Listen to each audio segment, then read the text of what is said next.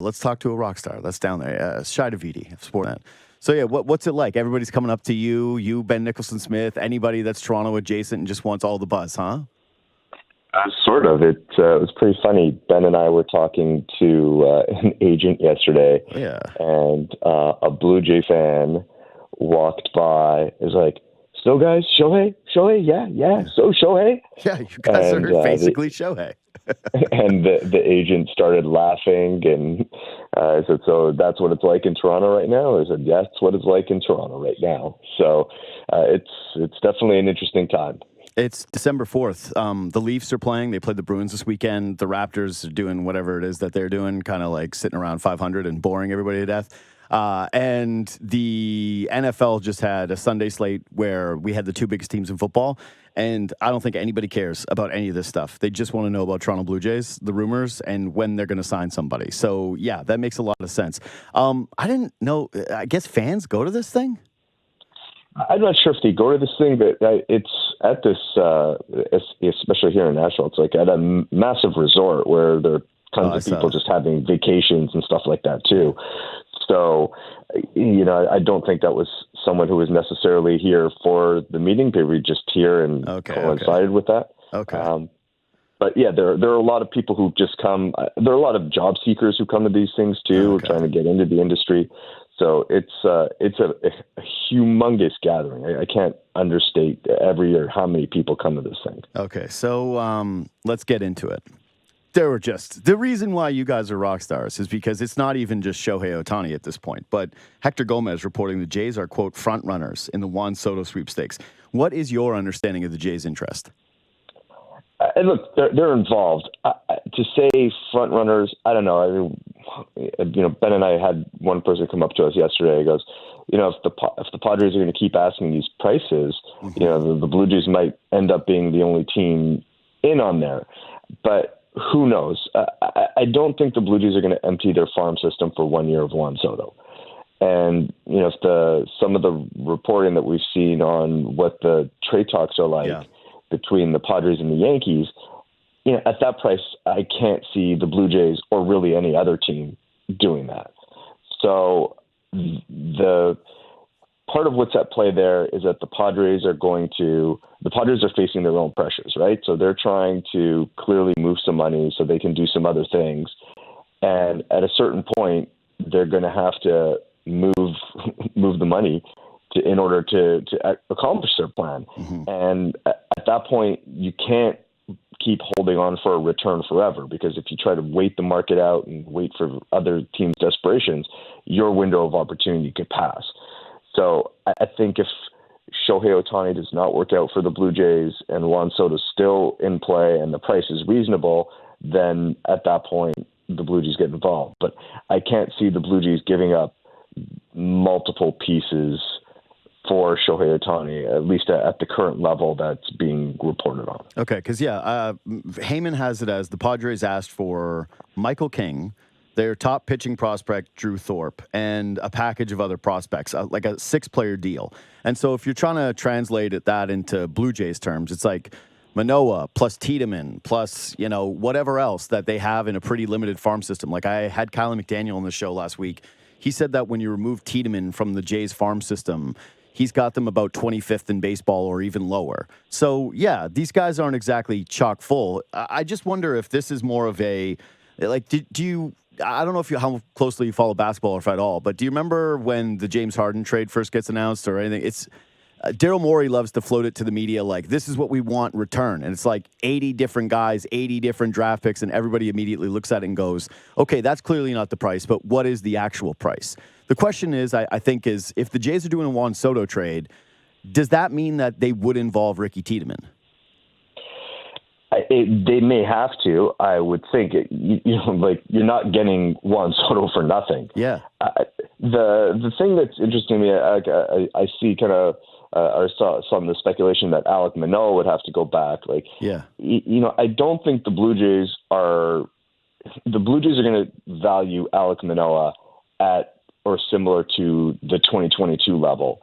And if a team wants Alec Manoah, they're going to have to be in that range as opposed to trying to value him based off of last year. Mm-hmm. And so you're not trading a pitcher who was a Cy Young Award Cy Young Award finalist with 3 years of club control for 1 year of Juan Soto. So like in a package like that, I'd expect there to be something back. Like I would guess, I don't know this is just my speculation, but if the Blue Jays are moving Alec Manoah to San Diego, like they'd have to get like Ha-Seong Kim or something like that back in the package as well. So again, that's my speculation. I'm not reporting that. Don't want to get radioed on that, but that to me makes sense from the way the Blue Jays operate to sort of have Alec Manoah plus prospects for 1 year of Juan Soto. I can't imagine that happening.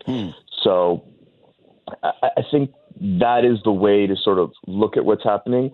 And the Blue Jays also, they're both involved in everything, but they're also all things to all people at this time of year because they're so active. They clearly need to do they clearly need to make some moves to leverage the current core that they have. And you can kind of attach them to your intent, float out some stuff about them, and people will believe it. So, or at least have to think about it.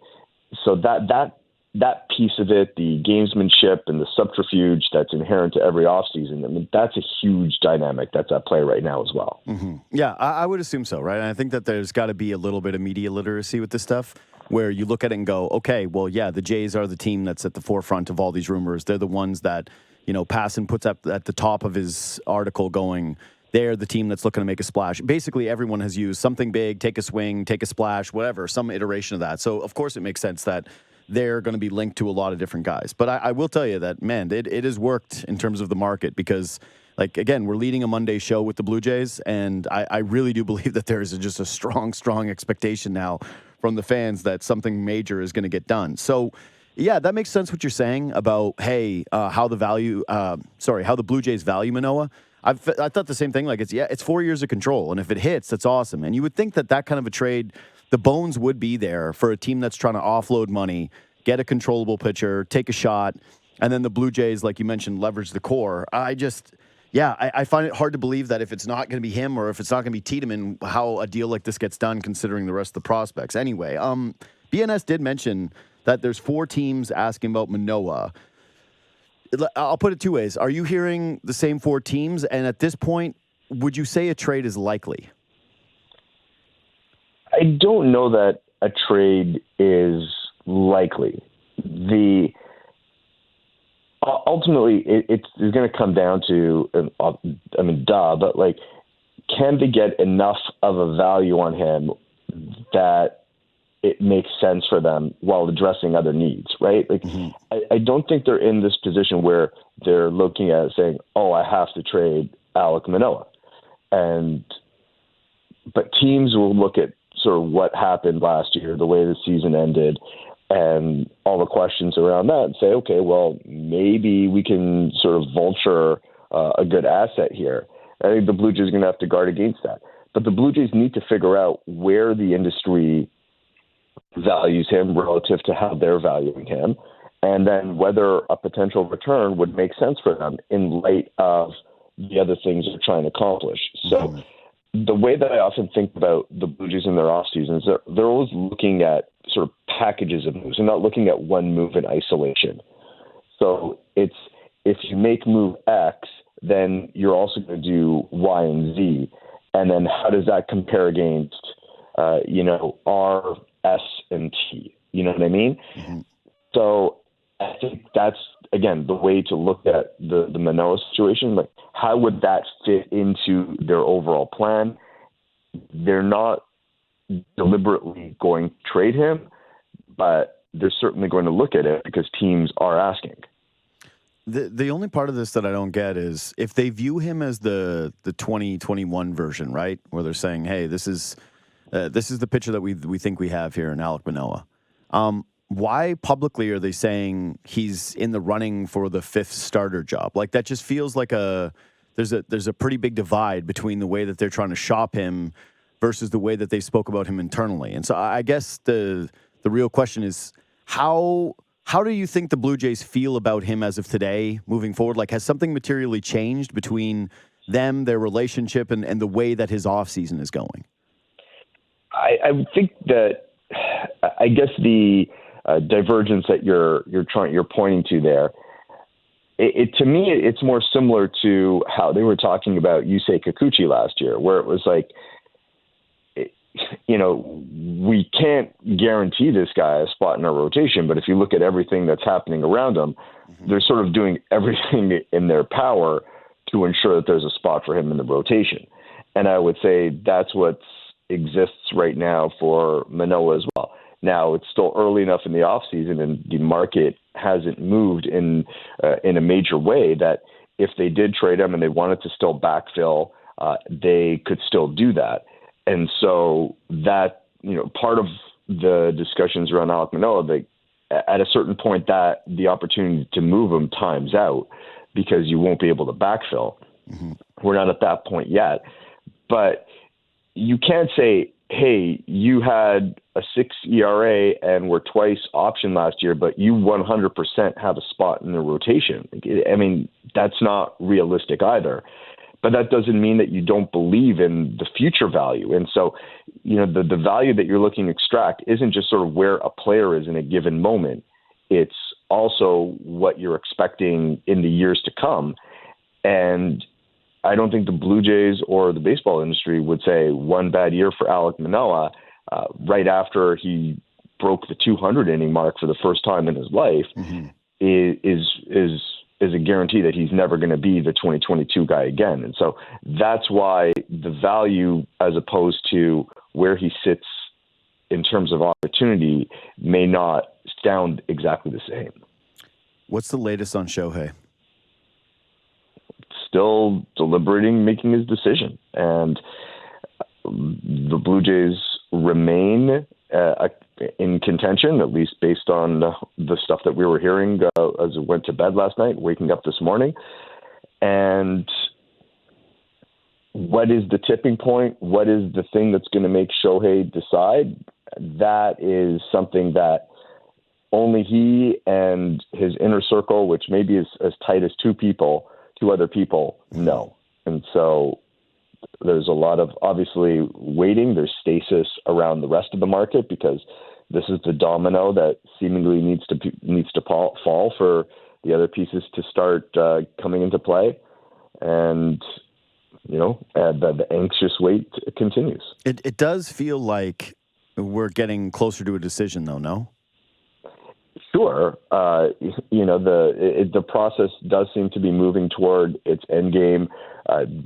Presentations over the weekend in Los Angeles, and whether or not that was the final piece. Again, I'm going to point out that the circle of information around Shohei Ohtani is very tight, and so no one really knows except for the three people in that circle. But in talking to some people who are Ohtani adjacent, some people believe that he more or less knows where he wants to go, and he's just sort of kicking around the different opportunities to make sure that everything he had in mind already aligns with what he's seen, or that he wants to make sure that all these pieces and fully consider some avenues that he maybe hadn't before. So that's kind of where it's at, and how long that takes. Is that one day or multiple days? One person just said to me, like, everything is very fluid, and that sort of fits the description based on the things that I'm hearing and the way we're seeing. This is just starting to feel a little Kawhi-ish to me, where the longer it goes out, the more people are getting hopeful, right? Like, Ohtani was in town, Kawhi was here, he flew in on the private jet, he's in Yorkville. Where is this guy? He's eating sushi somewhere. He's with this player. And then ultimately he just signs with the LA team in the middle of the night, and everybody here is crushed. But yeah, is there any way that you're interpreting the length that this thing goes? Like, if this goes longer, right, isn't that a good sign for the Blue Jays, given that the Dodgers seem like such clear and obvious front runners? you know, again, I'm trying to not read into the tea leaves based on sort of these emotional reactions, right? And just saying, like, I think that you can talk yourself at this time of year, you can talk yourself into anything. And again, especially because no one has really gotten into Ohtani's head, at least in a public way. And so there's not enough information for us to draw any results from it. And I remember the Kawhi stuff and people talking about, like, oh, well, he bought this house here, so, like, you don't buy this house unless you're planning to stay there, and he's going to these schools, and these schools are really good. Like, ultimately, no one was really in Kawhi's head. Mm-hmm. And no one is really in Ohtani's head. Ohtani may be, for someone as well known as he is across the planet, like, for the least maybe known about sort of what he truly wants. Like, that's how private he is. And, the degree of privacy that he seeks is reflective in this process, right? Like, teams have been told, like, if stuff gets out, that could hurt your chances. Yeah. So everybody's afraid to say anything about him. Yeah. So to try and guess, I don't want to do that, because ultimately it's just guessing, and ultimately you're guessing it more on your own biases than any real information. Yeah, you know what, though? In my crazy brain, this is why we're a good counterbalance, right? Like, you're going only off the facts that you have, and everything you say is right. But the way all I heard from you was when you didn't say, and then you close with that last part of, hey, you say something, you let it leak, it'll hurt you. All I heard was, man, Shai doesn't want to say anything because he doesn't want to hurt the Jays. He doesn't want to hurt the fan base. He's keeping it. Way to go. Hey, Shai, good job. Thank you. Thank you for that. JD, that's how I heard stop believing what you want to believe. No, I mean, like, ultimately, like, you can really talk yourself into anything about this. Yeah, of course. Like, you can really convince yourself. And, like, Ben and I spent a lot of time talking about different things last night.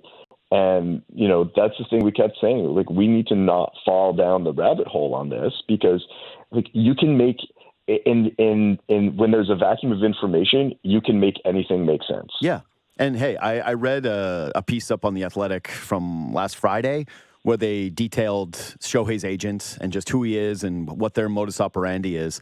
And this camp didn't even talk to the Angels media when he tore his UCL last. He just completely disappeared. He wanted privacy from the club that was already paying him heading into this thing. I don't think he's spoken in, I want to say, 4 or 5 months. Something like that. Yeah, it's a timeline like that. So, yeah, to believe that all these little micro leaks keep happening, I'm with you. I understand it.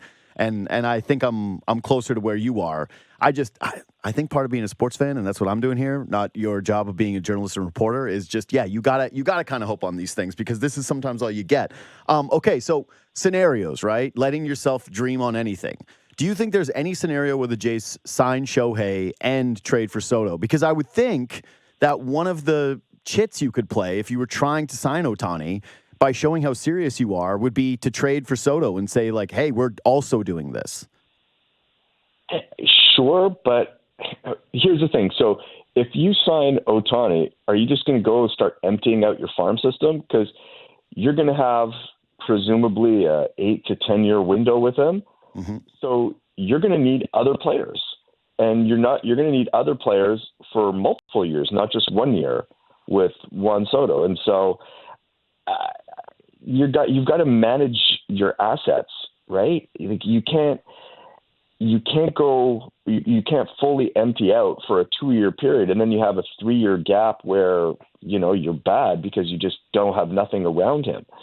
So maybe, but I can't see them again. I think the Juan Soto thing is, if it's gonna be like 6 to 8 players or whatever has been floated at this point, I can't see the Blue Jays there. If it's something more reasonable, if you're talking about, like, maybe Tiedemann and Bowden Francis and Addison Barger, again, I'm just pulling that out of the air. Yeah. Don't worry, we're not going to clip this. Actually, maybe we will. If you do it one more time, if you show such lack of faith in me, I'm doing it. So don't do it again.